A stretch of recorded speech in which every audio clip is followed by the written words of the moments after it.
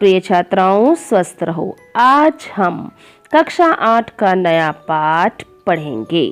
बच्चों, पहले यह बताओ, यह तस्वीर किन माँ बेटी की है? हाँ, ऐश्वर्या राय और आराध्या। यह है तनुजा और उनकी बेटियां काजोल और तनिषा। हेमा मालिनी, उनकी बेटी एशा और अहाना। यह है बबीता, उनकी बेटी करिश्मा और करीना।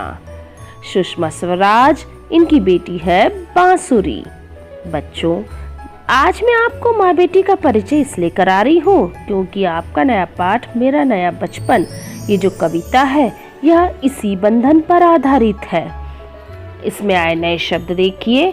निर्भय, निडर, स्वच्छंद, मनमाना, अतुलित, अपार, चीथड़ों, फटे पुराने कपड़े, व्याकुल, बेचैन, प्राकृत, प्रकृति से उत्पन्न, विश्रांति, आराम, संताप, दुख, द्रगो, नयन, नेत्र, आह्लाद, प्रसन्नता, प्रफुल्लित, खुशी, मंजूल, सुंदर, मनोहर।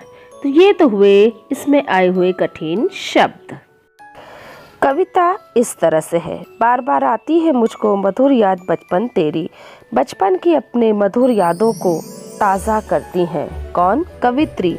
कहती हैं कि गया बचपन तो गया, लेकिन साथ ही जीवन की क्या ले गया? सबसे मस्त खुशी मेरी, जो खुशी के पल थे, जो सर्वश्रेष्ठ जीवन उन्होंने जिया था, जो खुशियाँ उन्होंने महसूस की थी, वे सब बचपन के साथ चली गई।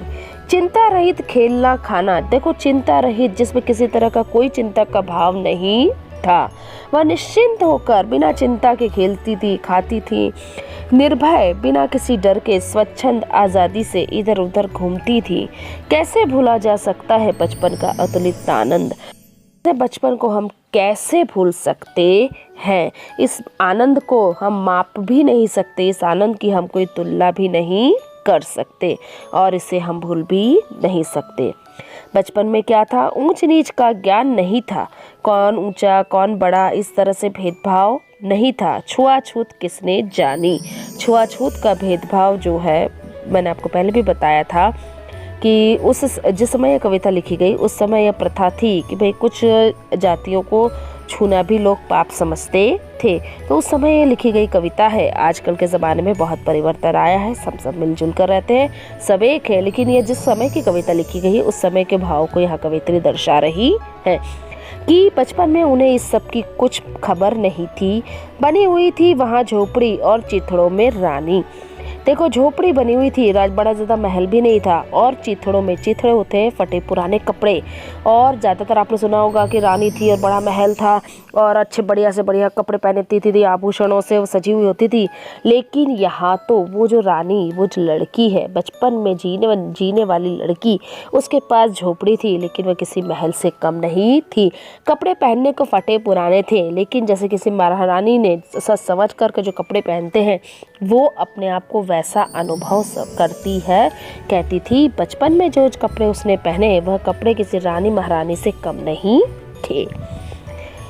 किए दूध के कुल्ले मैंने, चूस अंगूठा सुधा पिया। देखो, जो चीज़ पीने की थी उससे तो उन्होंने क्या किया, दूध पीने से तो क्या कुल्ले कर दिए, मुंह में पानी डाल कर करके हम फेंकते ना सुबह सुबह, देखा होगा कितने जनों को, तो वो कुल्ले करना। तो कह रहे हैं दूध से तो उन्होंने जैसे कुल्ले करे। और क्या किया? चूस अंगूठा। अंगूठा बचपन में पीने की आदत सभी बच्चों को ज़्यादातर लग जाती है। तो कह रहे हैं जैसे अंगूठे चूसने में जो अमृत मिलता था, सुधा अमृत, तो ऐसा लगता था जैसे कोई अंगूठा चूस लिया तो मान लो कोई अमृत पी लिया। अब किलकारी कल्लोल मचाकर सूना घर आबाद किया। किलकारी को जोर जोर से चिल्लाना, कल्लोल शोरगुल मचाकर खेल कूद खेलना, बोल रहे हैं आवाज़ कर कर कर चिल्ला चिल्ला कर खेला। तो उससे क्या हुआ? सूना घर आबाद किया। घर में जो सुनसान था, भाई कहीं बच्चे नहीं होते तो कितना सन्नाटा छा जाता है, तो वही सन्नाटा कह रहे हैं, वही जो सूना घर था उसको आबाद किया, उसको खुशियों से भर दिया, चिल्लाकर किलकारियों से गुंजा दिया। रोना और मचल जाना भी क्या आनंद दिखाते थे। उस समय का रोना और मचल जाना जिद कर लेना, बोले उसमें भी बड़ा मज़ा आता था क्यों? बड़े बड़े मोती से आंसू। आंसू जो थे वो मोती की तरह होते थे, माने जाते थे। जयमाला पहनाते थे। जयमाला पहनाना, विजयी माला पहनना।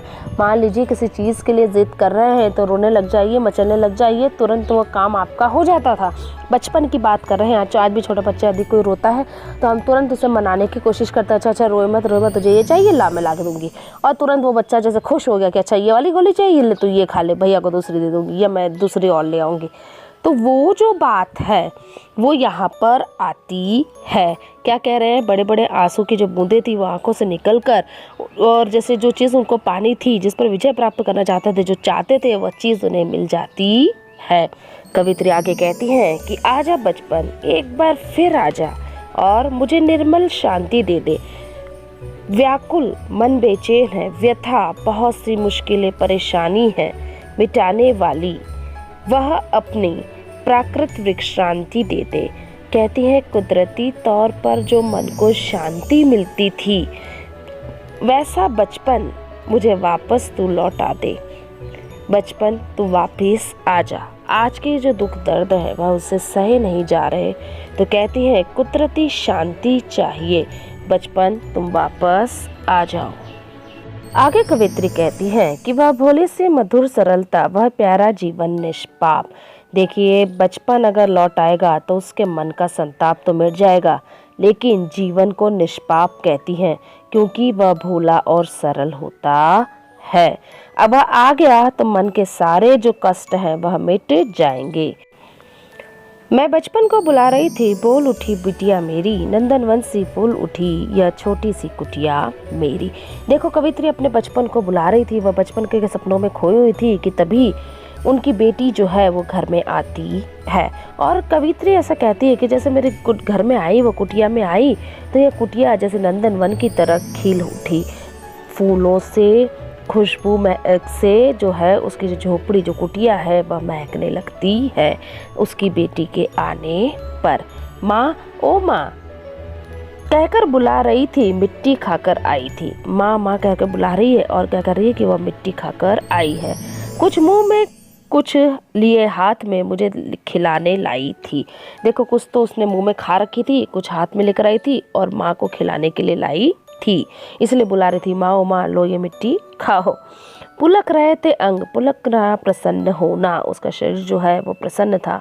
द्रगों में, आंखों में कौतूहल था, छलक रहा, जिज्ञासा को जानने की इच्छा छलक रही थी, दिखाई दे रही थी। मुंह पर थी आह्लाद, लालिमा, लालिमा लाल रंग, आह्लाद, प्रसन्नता। तो जैसे कुछ अच्छा काम कर दिया और जो खुशी व्यक्त होती है तो बोले मुंह पर तो वह व्यक्त हो रहा था। विजय गर्व था, छलक रहा, और जैसे कि किसी चीज़ को उन्होंने पाकर अपनी विजय जता दी है, जीत दर्शाई हो, वह गर्व, वह अभिमान झलक रहा था, दिखाई दे रहा था। मैंने पूछा यह क्या लाई, बोल उठी वह माँ काओ। देखो तुतलाकर बोलना काओ, खाओ का अर्थ उसने, बच्ची ने, माँ ने जब पूछा कि क्या लाई हो तो बोले लो या तुम खाओ। हुआ प्रफुल्लित हृदय, मन में बहुत सी खुशी हुई। मैंने कहा तुम ही खाओ। माँ को मिट्टी खिलाने आई है, बच्ची नहीं जानती, अनजान है इसके क्या फ़ायदे क्या नुकसान। पहले ही कहा कि बचपन फ़ायदे नुकसान को नहीं जानता, वही बात यहाँ पर इस बच्ची ने दर्शाई। पाया मैंने बचपन फिर से, बचपन बेटी बन आया। कवित्री कहना चाहती है कि जैसे ही उनकी बच्ची ने माँ कहकर पुकारा और वो जो एक छोटी बच्ची वहाँ दिखाई दी, तो बच्ची के बचपन में ही उन्हें अपना बचपन नजर आया। उसकी मंजुल मूर्ति देखकर मुझ में नवजीवन आया। उसकी जो मूर्ति थी, खुशी, उस प्रसन्न चेहरा जो था, उसको देखकर कवित्री में नवजीवन आया, जैसे नया जीवन, एक चेतना उसमें भर आई। मैं भी उसके साथ खेलती, खाती हूँ, तुतलाती हूँ। अब कवित्री अपने दुखों को, गम को भूलकर बच्ची के साथ खेलती है, खाती है, जिस तरह से बचपन में वह खेला करती थी अपनी जो नई बिटिया है उसके साथ, वह उसी तरह से जीवन व्यतीत कर रही है। मिलकर उसके साथ स्वयं मैं भी बच्ची बन जाती हूँ और इसी तरह से बच्ची के साथ खेलकर स्वयं भी बच्ची बन जाती है। जिसे खोजती थी बरसों से, अब जाकर उसको पाया। जिस बचपन को कवित्री बरसों से ढूंढ रही थी, उस बचपन को उन्होंने अब अपनी बेटी के रूप में पाया है। भाग गया था मुझे छोड़कर, वह बचपन फिर से आया है। जो बचपन उन्हें छोड़कर चला गया था, वह बचपन फिर से उनकी बेटी के रूप में वापस आया है। उनकी बेटी के रूप में उन्हें मिल गया है। अब वह उसके साथ स्वयं बच्ची बनकर जीवन का आनंद उठाती है। तो ऐसा होता है माँ बेटी का रिश्ता। बच्चों, माँ अपने दुख दर्द भूलकर संतान में खो जाती है। आशा है आपको कविता समझ में आ गई होगी। हमेशा खुश रहो।